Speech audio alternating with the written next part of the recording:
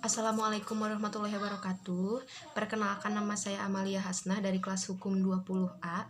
Di sini saya akan menjelaskan kembali tentang materi yang dijelaskan oleh Bapak CSAT di Lesmana SHMH mengenai pengertian dan ruang lingkup ilmu negara.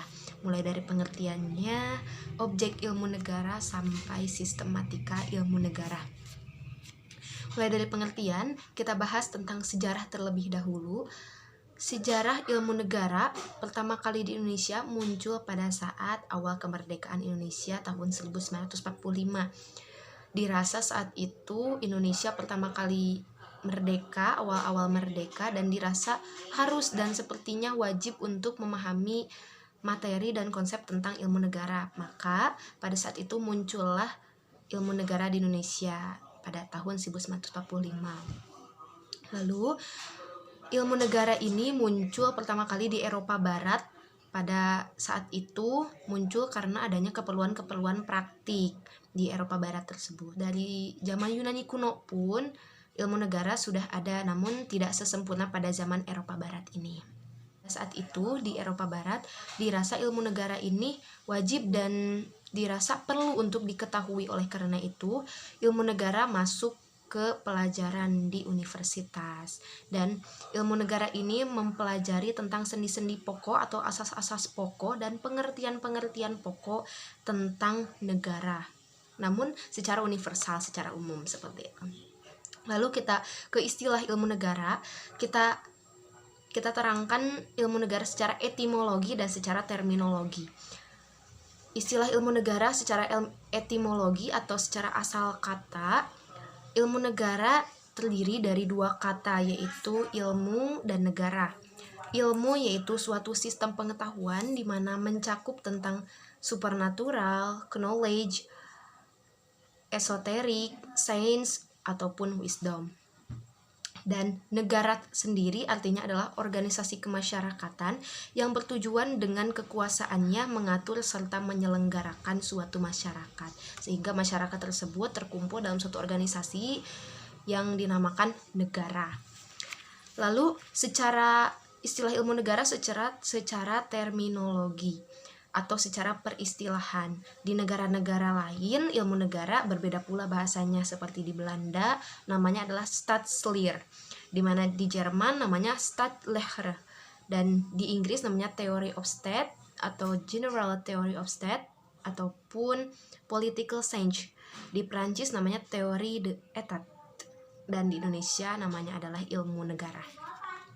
Jadi diterangkan secara umumnya, ilmu negara adalah ilmu yang menyelidiki pengertian pokok dan sendi-sendi pokok dari negara dan hukum negara pada umumnya, jadi secara universal. Namun di Indonesia sendiri berbeda. Ilmu negara diterangkan tidak dengan hukum negaranya, namun di Indonesia diterangkan hanya sendi-sendi pokok dan pengertian-pengertian pokoknya saja. Mengenai hukum negara itu ada di pelajaran yang berbeda, seperti itu. Lalu kita lanjut ke objek ilmu negara. Apa saja sih objek-objek ilmu negara? Objek ilmu negara terdiri dari 3 poin. Poin yang pertama adalah asal mula negara. Asal mula negara di sini adalah bukan asal mula negara tersebut secara khusus, namun secara umum, di mana peristiwa itu terjadi saat sebelum adanya negara tersebut terbentuk, seperti dahulunya seperti apa, dan peristiwa apa yang terjadi pada saat zaman dahulu sampai terbentuknya negara tersebut. Jadi tidak secara khusus namun secara umumnya. Lalu poin yang kedua adalah hakikat negara. Bicara tentang hakikat berarti berbicara tentang eksistensi, di mana suatu negara tersebut, seperti apa sih negara tersebut, mulai dari ciri-cirinya, mulai dari sifatnya negara tersebut, seperti itu, membahas tentang eksistensi. Lalu poin yang ketiga adalah bentuk negara. Bentuk negara di sini diceritakan bukan tentang bentuk negara yang dilihat di atas langit ataupun dilihat dari luar angkasa, namun bentuk negara di sini contohnya seperti Indonesia bernegara republik, lalu ada juga negara yang berbentuk serikat, ada juga negara yang berbentuk kerajaan gitu. Dan juga di sini membahas tentang bentuk negara seperti apa sih dulunya. dulunya negara tersebut bentuknya seperti apa, dan jika bentuknya kerajaan maka masa mendatang dengan peristiwa-peristiwa yang terjadi kemungkinan akan berbentuk negara seperti apa, seperti itu. Lalu berbicara tentang pengertian dari ilmu negara, yang tadi saya bahas adalah ilmu negara secara umumnya, namun ada juga ilmu negara menurut para ahli seperti menurut Rolf Kranenberg dan juga C.S.T. Kansil, juga ilmu negara dari pengertian para ahli ini. Namun tidak afdol rasanya jika berbicara tentang ilmu negara tapi kita tidak tahu siapa bapak dari ilmu negara. Bapak dari ilmu negara adalah Bapak George Jelinek, di mana beliau membuat buku yang berjudul Algemene Staatslehre, di mana mengapa dia dipanggil Bapak Ilmu Negara, karena pada saat zaman dahulu kala ilmu negara itu, karena ilmu negara itu membahas pembahasan yang sangat luas, jadi sulit untuk dipahami. Namun oleh George Jelinek ini dalam bukunya ini menjelaskan ilmu negara secara rinci dan secara sistematis dan mudah difahami. Oleh karena itu George Jelinek dipanggillah Bapak Negara, Bapak dari ilmu negara, seperti itu. Lalu di materi selanjutnya ada sistematika ilmu negara dalam peta konsep seperti berikut. Baik, agar lebih terlihat, dalam sistematika ilmu negara ada Staatswissenschaften atau ilmu negara dalam arti luas. Nah, Staatswissenschaften ini dibagi menjadi dua, yaitu Staatswissenschaften dalam arti yang lebih kecil dan Rechtswissenschaft, yaitu ilmu negara dalam segi hukum.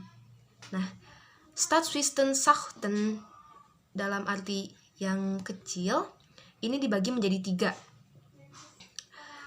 Yang pertama yaitu Beschreibende Staatswissenschaft, lalu ada juga teori Staatswissenschaft, dan ada juga praktis Staatswissenschaft, yaitu dari ketiga tahap ini yang artinya yang pertama yaitu menceritakan segala pengetahuan tentang negara tersebut. Jadi ada 3 tahap, yang pertama umumnya maupun secara khususnya dikumpulkan dalam poin yang pertama ini. Lalu yang kedua adalah teori, lalu di materi-materi yang dikumpulkan tersebut yang masih belum rapi dirapihkan secara sistematis di poin yang kedua ini. Lalu di poin yang ketiga ini tahapan dikaji atau tahapan praktik dari materi-materi dari poin 1 dan poin 2. Lalu teori Staatswissenschaft ini dibagi lagi menjadi 2, yaitu Allgemeine Staatslehre dan Besondere Staatslehre. Allgemeine Staatslehre artinya ilmu negara secara umum, dan Besondere Staatslehre adalah ilmu negara secara khusus, di mana Allgemeine Staatslehre ini membahas tentang tinjauan secara sosiologis dan tinjauan secara yuridisnya. Juga ilmu negara khusus terdiri dari 2 poin, yaitu Individuelle Staatslehre dan Spezielle Staatslehre, yang artinya tinjauan secara sosiologis dan tinjauan secara yuridis, seperti itu. Mungkin sekian yang dapat saya sampaikan. Terima kasih atas segala perhatiannya. Mohon maaf jika ada kesalahan kata ataupun ucapan yang saya ucapkan.